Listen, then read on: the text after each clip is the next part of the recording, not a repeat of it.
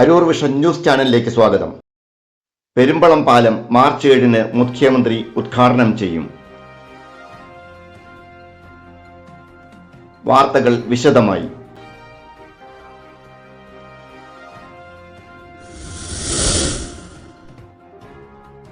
സ്വപ്നസാഫല്യം. പെരുമ്പളം മഴവിൽ പാലം മാർച്ച് 7-ന് മുഖ്യമന്ത്രി നാടിന് സമർപ്പിക്കും. ചേർത്തല പെരുമ്പളം നിവാസികളുടെ പതിറ്റാണ്ടുകൾ നീണ്ട കാത്തിരിപ്പിന് വിരാമമിട്ട് പാണാവള്ളി പെരുമ്പളം മഴവിൽ പാലം ജനങ്ങൾക്കായി തുറന്നു നൽകുന്നു. മാർച്ച് 7 ശനിയാഴ്ച രാവിലെ 9:30 മണിക്ക് സംസ്ഥാന മുഖ്യമന്ത്രി പിണറായി വിജയൻ പാലം നാടിന് സമർപ്പിക്കും.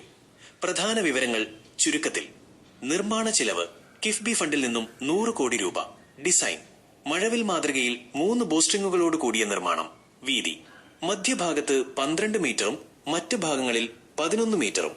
ഗുണഭോക്താക്കൾ ദ്വീപിലെ 12,000-ഓളം വരുന്ന ജനങ്ങൾ. യാത്രാക്ലേശത്തിന് ശാശ്വത പരിഹാരം.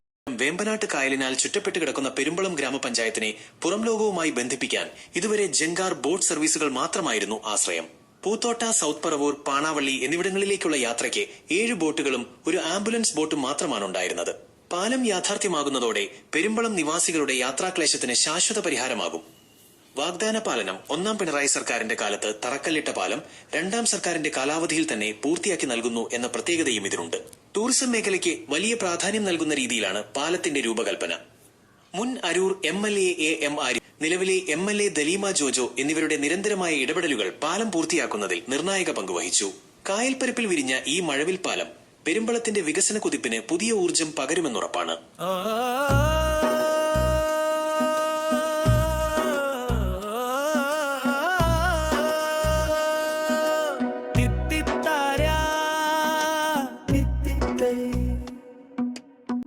Titom taga titikay.